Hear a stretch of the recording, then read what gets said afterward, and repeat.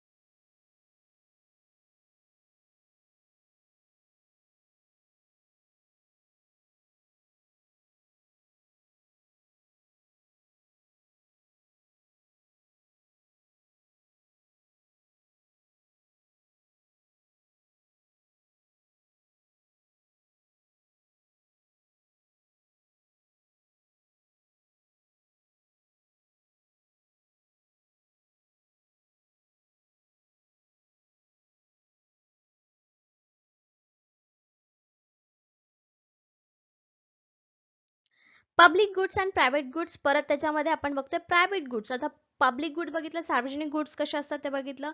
आता private goods काय, refer to all those GAS consumed by private individuals to satisfy their wants. म्हणजे प्रत्येकाच्या गरजा भागवण्यासाठी जे जे काही वस्तू कन्झ्युम करतात, सॅटिस्फाय करण्यासाठी किंवा आपल्या ज्या गरजा आहेत ते पूर्ण करण्यासाठी, त्यांना आपण प्रायव्हेट गुड्स म्हणू शकतो. This goods can be provided in competitive market. आता इथे कॉम्पिटिटिव्ह मार्केट, स्पर्धात्मक मार्केट, बाजारामध्ये या प्रकारच्या वस्तू आपल्याला दिसतात. जसं की आपलं रोजचं रेग्युलरचं गुड्स आहेत ज्याच्यामध्ये डेली नीड्स वाले येऊ शकतात, किराणा माल येऊ शकतो. ह्या सगळ्या ज्या गोष्टी आहेत त्या आपल्याला कॉम्पिटिटिव्ह मार्केटमध्ये मिळणार आहेत आणि त्या गरजेच्या आहेत. पण त्या कशामध्ये येतात? प्रायव्हेट गुड्समध्ये, नॉट पब्लिक गुड्समध्ये. ओके. फीचर्स काय काय आहेत त्याचे प्रायव्हेट गुड्सचे? एक्सक्लुडेबल आहेत. The suppliers of private goods can very exclude those who either can't unwilling to pay. आता इथे प्रायव्हेट गुड्सला प्रत्येकाला पे करावं लागतं आणि याच्यामध्ये काय आहे? एक्सक्लुडेबल येते. म्हणजे तुम्हाला जर त्याची गरज नसेल किंवा तुम्हाला जर तुमच्याकडे ते पे करायला पैसे नसतील, इच्छा नसेल पे करण्याची, तर तुम्ही ते गुड जे आहे ते एक्सक्लूड करू शकता. त्याच्याने तुमच्या जीवनावरती किंवा याच्याने काही वेगळा फरक पडणार नाहीये. Rivalry in consumption. आता हे रिव्हरली इन कन्झम्पशन म्हणजे काय? Once consumption reduce the amount available to the others. म्हणजे ह्या प्रायव्हेट गुड्समध्ये जर एकाने त्याचं कन्झम्पशन केलं एका वस्तूचं, तर त्याचं कन्झम्पशनमध्ये अमाऊंटमध्ये बदल आपल्याला दिसेल, रिड्यूस दिसेल. जसं 100 जर आपण कोलगेट किंवा पेस्टचे नग आहेत असं म्हटलं, तर त्याचं कन्झम्पशन करण्यासाठी 80 लोकांनी जर ते खरेदी केलं तर 20 त्याचे पीस शिल्लक राहतात आणि बाकीच्या उरलेल्यांना मग हे 20 संपल्यानंतर परत दुसरा स्टॉक यावा लागतो. असं इथं उदाहरण आपण देऊ शकतो प्रायव्हेट गुड्सचं. रिव्हेल्ड प्रेफरन्स. आता इथे काय आहे? तिसरा पॉइंट फीचर रिव्हेल्ड प्रेफरन्स असतो या गोष्टींना.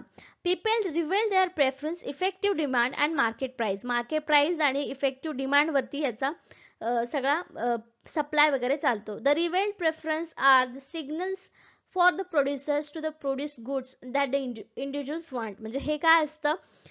डिमांड, मार्केटमधली डिमांड आणि प्राइस याच्यावरती लोकांची मागणी कशी आहे हे समजल्यानंतर जे प्रोडक्शन करतात, प्रोड्युसर्स असतात, त्यांना समजतं की आपलं जे प्रोड्यूस गुड आहे, प्रायव्हेट गुड आहे, त्याचा प्रोडक्शन कसं केलं पाहिजे, त्याला प्रेफरन्स किती दिला पाहिजे, हे प्रायव्हेट गुडमध्ये अशा प्रकारे किंवा मार्केटवरती ठरत असतं.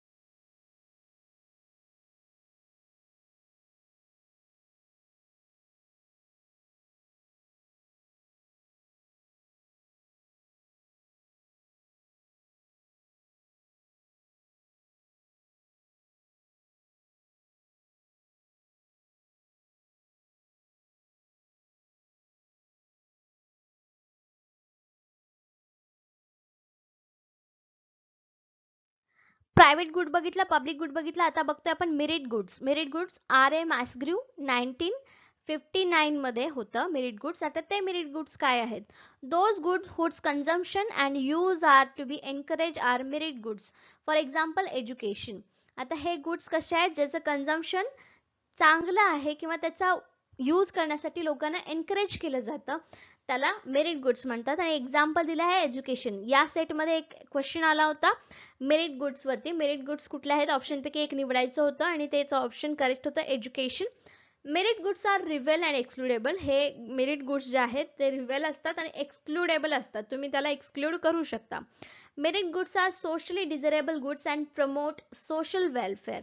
त्याच्यानंतर मेरिट गुड्स जे आहेत ते कसे असतात, सोशली म्हणजे सामाजिक लोकांकडून त्याची मागणी केलेली असते, त्याची इच्छा ही सामाजिक लोकांमधल्या समाजाची ही इच्छा असते की हे गुड्स तयार व्हावेत. आणि हे काय प्रमोट करतं, तर सोशल वेलफेअर, सामाजिक कल्याण प्रमोट करतं. Governments provide merit goods in order to ensure distributional justice. म्हणजे ह्याच्यामध्ये सगळ्यांना समान न्यायाने सगळ्या वस्तू मिळाव्या यासाठी गव्हर्नमेंट मेरिट गुड्स तयार करतं.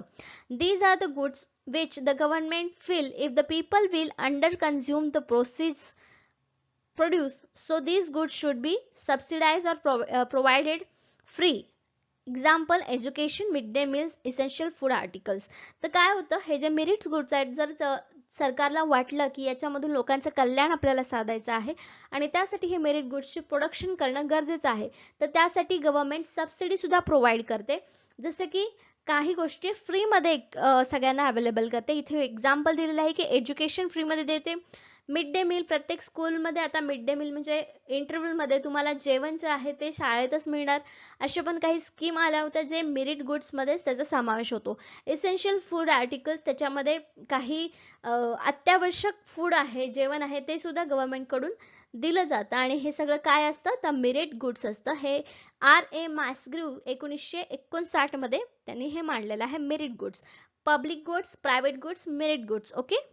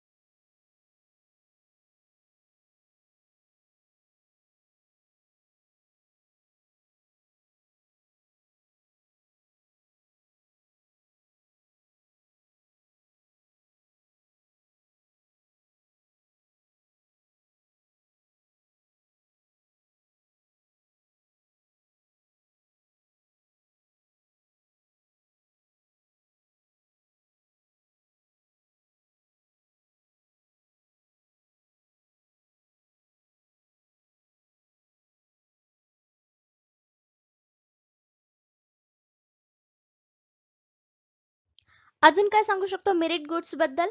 Consumption of merit goods generates positive externalities, social benefits from consumption is private benefits. आता याच्यामध्ये काय सांगितलेलं आहे, मेरिट गुड्समुळे जे पॉझिटिव्ह एक्सटर्नॅलिटीज आहेत त्या वाढतात.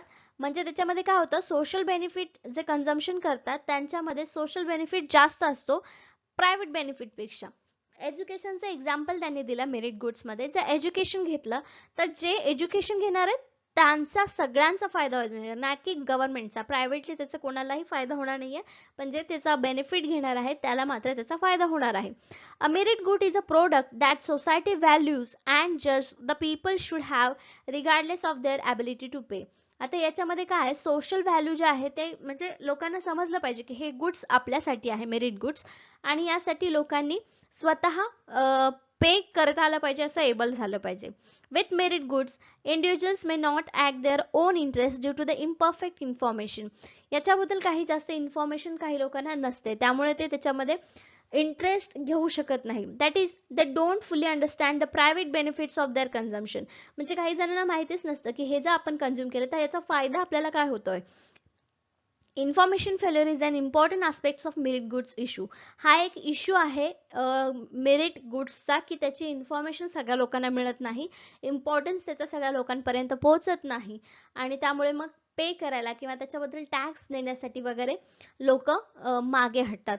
Unlike pure public goods, merit goods can be rival, excludable and rejectable. जसं की प्युअर पब्लिक गुड्स जे आहेत, जे त्याचं फीचर्स जे आहेत ते रिव्हील, एक्सक्लुडेबल, रिजेक्टेबल आहेत, तसंच मेरिट गुड्स देखील आहेत, ते एक्सक्लुडेबल आहे, रिजेक्ट करू शकतात, रिव्हील करू शकतात, पण ते चांगल्या हितासाठीच असतात. जे सोशल वेलफेअर आहे म्हणजे सामाजिक कल्याण आहे त्यासाठीच हे मेरिट गुड्स तयार केलेले असतात बाय द गव्हर्नमेंट. ओके.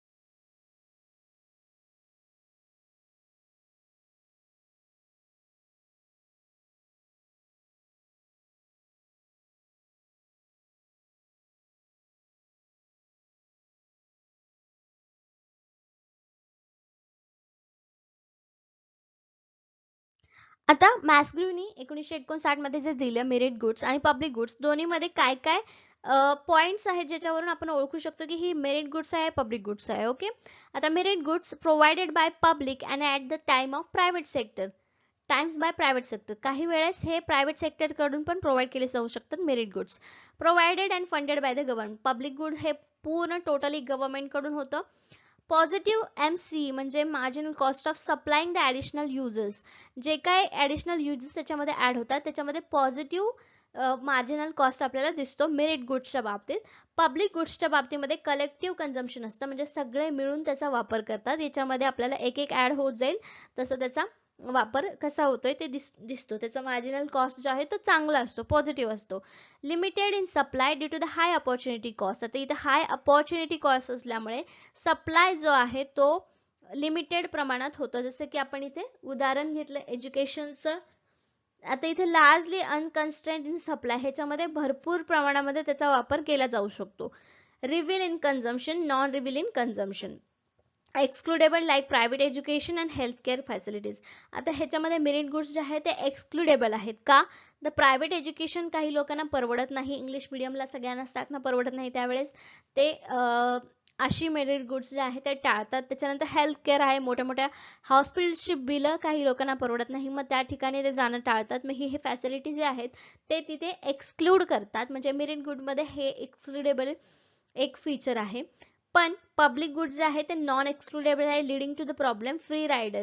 आता इथे काय होऊ शकतो, कुठलाही प्रॉब्लेम आला तर फ्री रायडर म्हणून त्याच्यामध्ये आपण काम करू शकतो किंवा त्याचा वापर आपल्याला होऊ शकतो. Non excludable public गुड्समध्ये.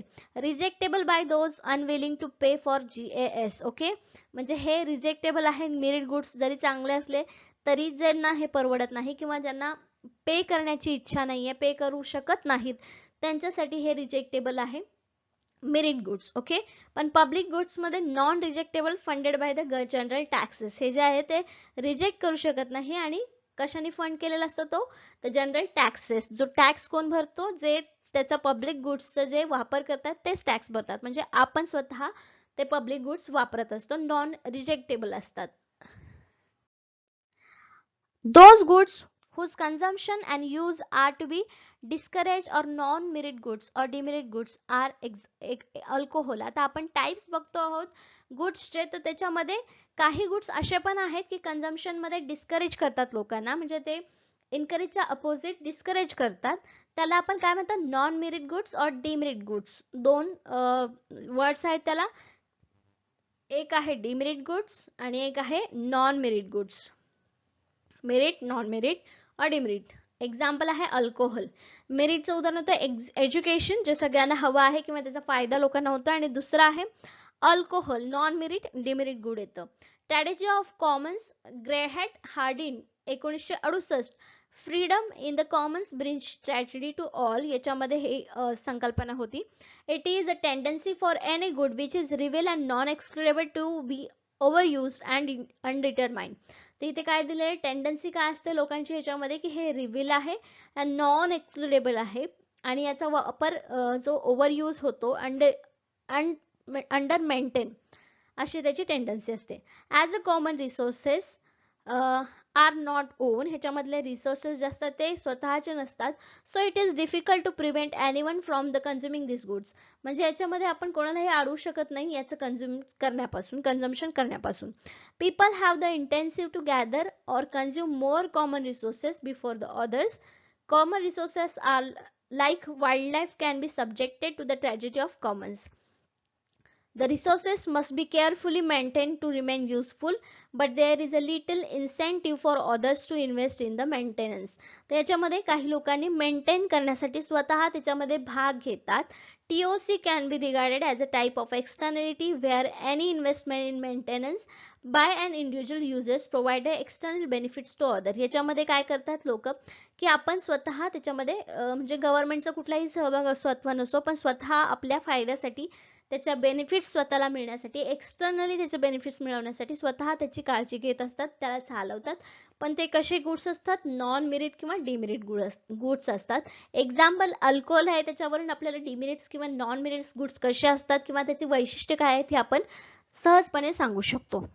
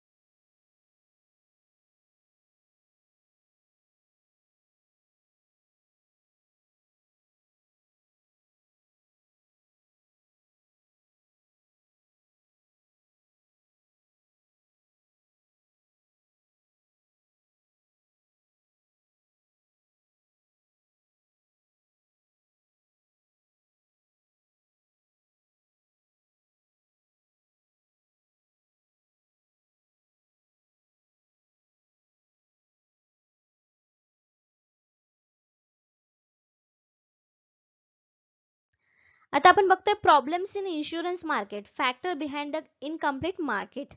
मार्केट बद्दल आता माहिती घेतोय. मॉरल हजार्ड्स किंवा ऍडवर्स सिलेक्शन हे दोन प्रकार आहेत त्याच्यामधले किंवा प्रॉब्लेम्स आहेत जे आता आपण बघायचं आहे.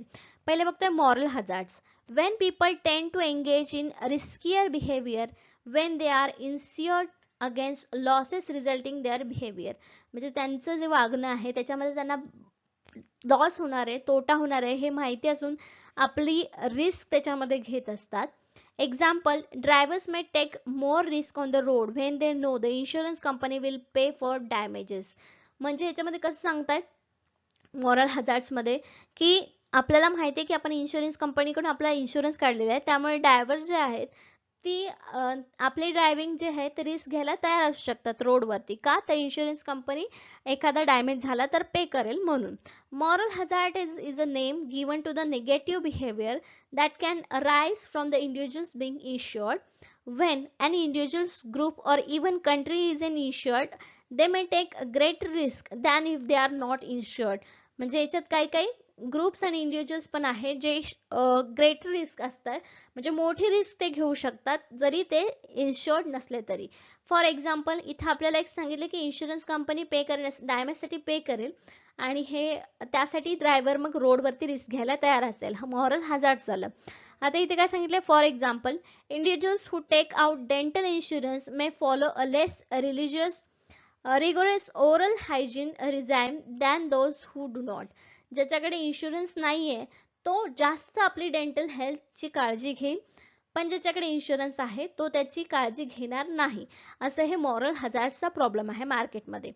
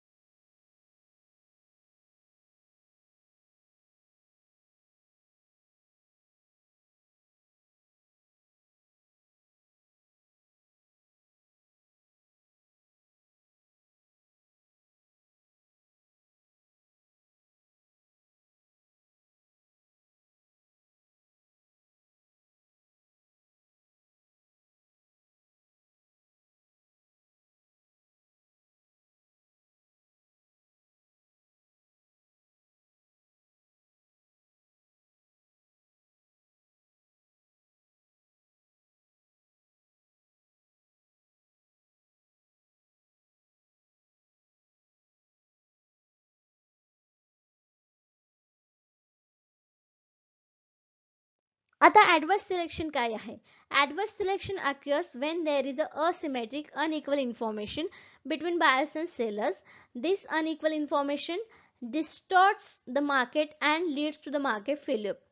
आता बायर आणि सेलर्स आहेत त्यांच्याकडे काही माहिती नाहीये कशा, म्हणजे जी वस्तू सेल होतीये किंवा बाय करतोय त्याच्याबद्दल जर इन्फॉर्मेशन व्यवस्थित नसेल तर मार्केट फेल्युअर साठी हे गोष्ट घातक आहे किंवा मार्केट फेल्युअर त्याच्यामुळे होऊ शकतं.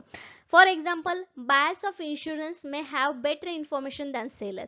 आता इथे उदाहरण काय दिलेलं आहे की जे इन्शुरन्स विकणारे असतात त्याची इन्फॉर्मेशन जे इन्शुरन्स घेणार आहेत त्यांच्यापेक्षा जास्त असते. Those who want to buy insurance are those most likely to make a claim. Therefore, firms are reluctant to sell insurance. म्हणून काय करतात हे लोक, माहिती देतात लोकांना इन्शुरन्सची आणि त्यानंतर तो इन्शुरन्स जो आहे तो विकण्यासाठी जातात, सेल करतात. Sellers of second hand goods may have better information about the true quality of the goods than buyers. आणि सेलर्सला कधी माहिती असू शकेल त्याच्यामध्ये, जेव्हा तो सेकंड हँड एखादा गुड जे आहे ते सेकंड हँड मधून विकणार असेल, त्यावेळेस त्या सेलरला त्या वस्तूबद्दल जास्त चांगली माहिती मिळेल बायर पेक्षा. ओके, याला ऍडव्हर्स सिलेक्शन म्हणतात. इन्शुरन्स पॉलिसीचं उदाहरण दिलं. आणि मॉरल हजार्ड्स कशाचं दिलं, इन्शुरन्स पॉलिसीचं जे लोक वापर करणार आहेत त्यांच्याबद्दल.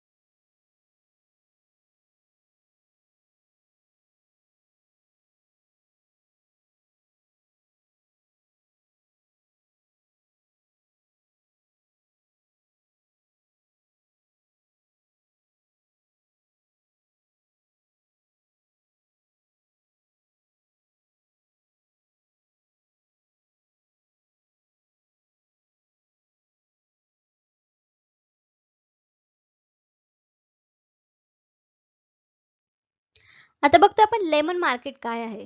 The lemon problems refers to the issue that arise regarding the value of an investment or product due to the asymmetric information possessed by the buyer and seller. Buyer आणि seller जे आहेत त्यांच्यामध्ये जे इन्फॉर्मेशन अपुरी असते, asymmetric information असते, त्याच्यामुळे जे प्रॉब्लेम्स क्रिएट होतात, इश्यू राईज होतात, त्याला लेमन मार्केट आपण असं म्हणू शकतो, किंवा लेमन मार्केटमध्ये हे प्रॉब्लेम्स आलेले असतात असे आपण म्हणू शकतो.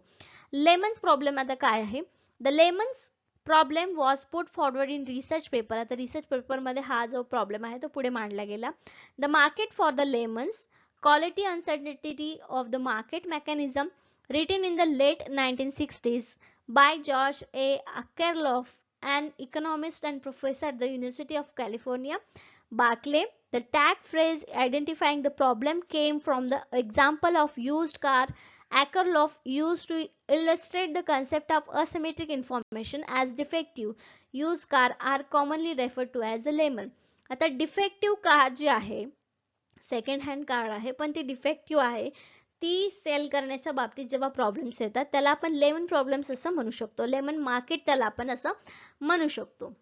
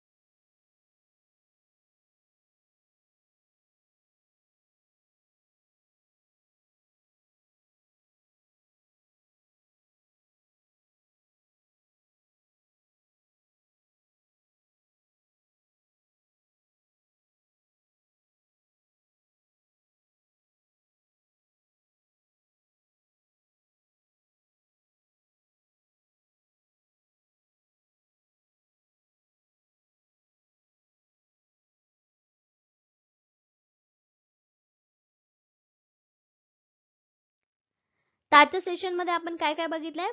पब्लिक गुड्स, पब्लिक गुड्सचे फीचर्स काय आहेत, त्याच्यानंतर प्रायव्हेट गुड्सचे फीचर्स काय आहेत, त्याच्यानंतर मेरिट गुड्स, त्यानंतर नॉन मेरिट गुड्स, अजून काय बघितले, ह्या सगळ्यांचे फीचर्स बघितले, ह्याचे एक्झाम्पल्स बघितले ह्या सगळ्या गुड्सचे, आणि त्याच्यानंतर मग मार्केट्स बघितले, मॉरल हजार्ड्स हा कन्सेप्ट बघितला, त्याच्यानंतर लेमन मार्केट, लेमन प्रॉब्लेम, त्याच्यानंतर अजून एक होतं जे होतं सिलेक्टिव्ह ॲडवर्स. ह्या 3 कन्सेप्ट आपण आज बघितल्या.